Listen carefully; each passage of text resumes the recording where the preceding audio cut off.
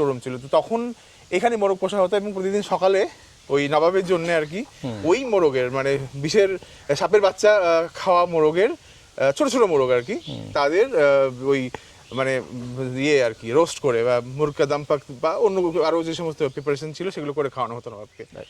মুর্শিদাবাদের কেল্লা নিজামত, এই যে পুরো এলাকাটা যেটা দেখছেন এটা পুরোটাই হচ্ছে কেল্লা নিজামত। এর ভেতর একটা অদ্ভুত একটা, যখনই আপনি ঘুরবেন বা যখনই আপনার হাঁটাচলা করবেন, অদ্ভুত একটা অনুভূতি কিন্তু এখান থেকে পাওয়া যায়। আর চারপাশে যে বিভিন্ন রকম ভাঙা আস্তরণ, ভাঙা প্রাচীর, ভাঙা বাড়ি, যা কিছু এখানে দেখা যায় সব কিছু জুড়ে আছে সেই ইতিহাসের ছোঁয়া, ইতিহাসের গন্ধ। আর আমার এই দিক দিয়েই এটাই ছিল নবাবদের এক সময়কার প্রবেশ পথ। এই দিক দিয়েই নবাবরা যাতায়াত করতেন। দক্ষিণ দরজা, দুটো এরকম গেট আছে। নবাব সুজাউদ্দিন তৈরি করেছিলেন এই দরজা, তো এটাকে দক্ষিণ দরজা বলে। এই দক্ষিণ দরজা, আর একদিকে রয়েছে ত্রিপলিয়া গেট, যেটাতে প্রবেশ করলে এখানকার যে বর্তমান যে সুসজ্জিত প্যালেস, হাজারদুয়ারি প্যালেস, সেই প্যালেসে যাওয়া যায়।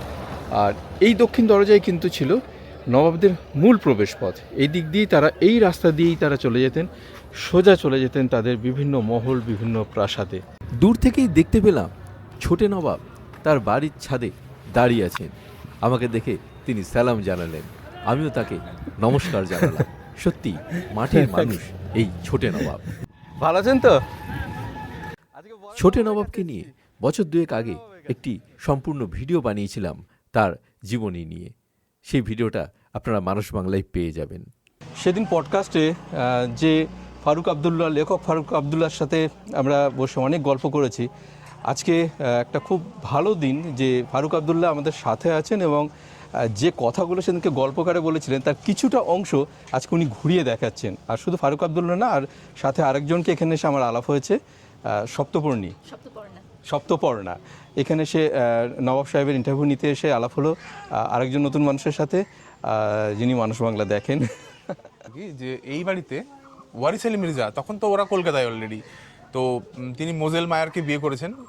তো বিয়ে করে তাকে, যেহেতু আসিফ আলী মির্জাকে জানেননি, ফলে তাকে কলকাতায় যে 85 পার্ক স্ট্রিট সেই বাড়িতে তাকে উঠতে দেয়নি যেহেতু।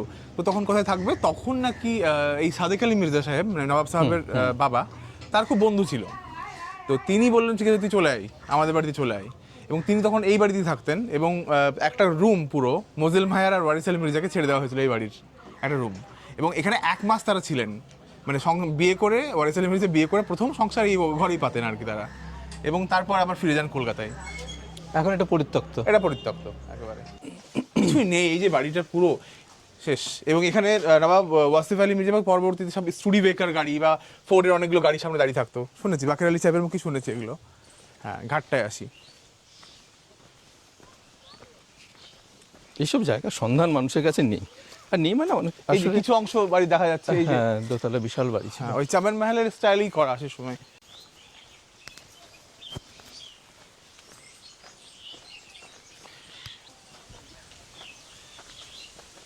এই যে এই সেই ঘাট, আচ্ছা এইটাই সেই মোরগখানা ঘাট। মানে মসিউর আলী খান ফেরদুনজার জন্যে এখানে তারই এক দেওয়ান মোরগ এখানে আর কি পুষতেন। এবং সকালবেলায় সেই মোরগকে মানে প্রতিদিন সাপের বাচ্চা খাওয়ানো হতো। মানে এটা আমি শুনেছিলাম ওয়াকিল আলী মির্জার কাছে, নবাব পরিবারেরই, যাতে ওই বিষ আমি বলেছিলাম পডকাস্টে, বিষের হ্যাঁ ব্যাপারটা।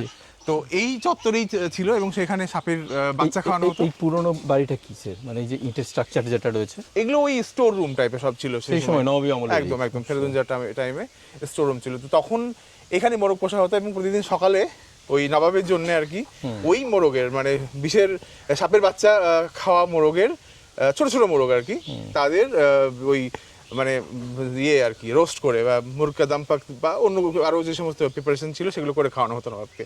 এখানেই কাটা হতো, হ্যাঁ এই চত্বরটা খাওয়ানো হতো এই জায়গাটা, তাই তো? না, এটা আর কি মানে মোরগটা পোষানো হতো। আর এই যে ঘাটটা তখন থেকে মোরগখানা ঘাট নামে পরিচিত হয়।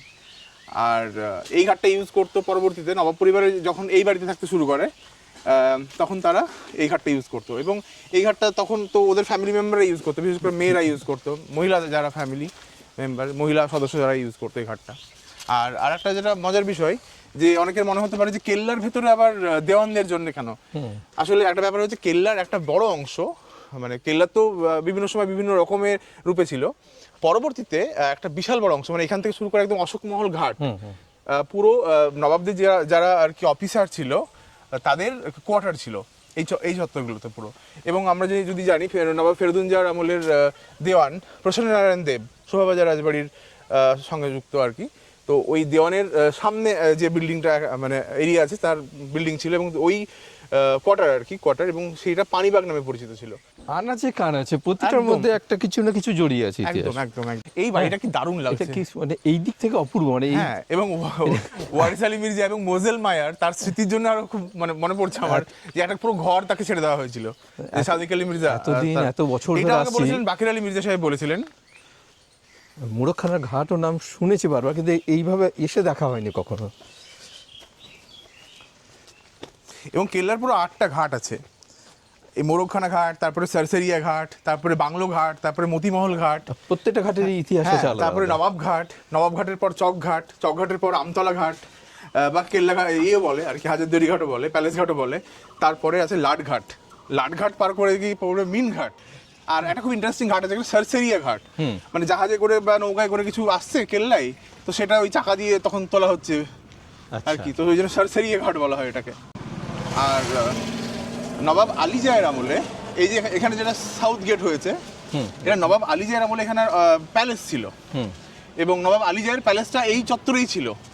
এবং নবাব আলী জায়ের মানে অ্যাডমিনিস্ট্রেটিভ হেডকোয়ার্টার যদি মানে দপ্তর বলি, মানে প্রশাসনিক দপ্তর, তাহলে সেটা এই চত্বরে, যেখানে দক্ষিণ দরজা আছে, হ্যাঁ। এই দক্ষিণ দরজা বা ব্যান্ড মাস্টার কোয়ার্টার যেখানে নবাব সাহেবরা এখন থাকেন, পুরো এরিয়া জুড়েই ছিল আলী জায়ের প্যালেস। আর তার ওই যে মাহেল সারা খুব সম্ভবত ওই আলী জায়ের মানে হারেম যদি বলি, তাহলে এই চত্বরটা এখন যেটা আছে সেই সময় থেকে। বটগাছের পিছন হ্যাঁ, ওই দিকে যে- পেছনের দিকটাই, যে অসিত জায়গাটা। মঞ্জিলের পেছনের দিকটাই ছিল। আচ্ছা, এই যে জায়গাটা এর পিছন দিকটা যে এই যে গেট ঢুকে গেছে, হ্যাঁ, হ্যাঁ, হ্যাঁ। সাধারণত প্রবেশের দিকে তো নিষেধই এক প্রকার, একদম। তাই না? কারণ এখন সাধারণ মানুষ তো অনেকে জানেই না প্রথমত যে এখানে কোনো প্যালেস আছে, আর থাকলেও সেটা নিষিদ্ধ। অলরেডি কোর্টে তো কেস চলছে, এখানে নবাব যে সাহেব বললেন। সামনে যে গেট আছে, এই গেট দিয়ে কি ঢোকা যায় ভেতরে?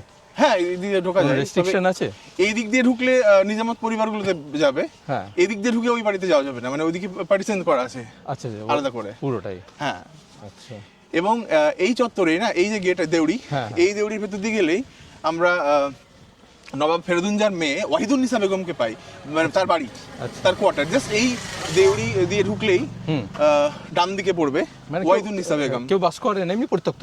না, এখন বাস করছে, তাদের ফ্যামিলি মেম্বাররা বাস করে, ফেরুদুনজার যারা ডিসেন্ডেন্ট আচ্ছা, আছেন আচ্ছা, তারা। তারা কিন্তু আগে ওই বাড়িতে নবাব মানে তার যে সারা ভেনেল ছিল নবাব ফেরুদুনজার যে বেগম, ব্রিটিশ বেগম, সারা ভেনেলের মেয়ে।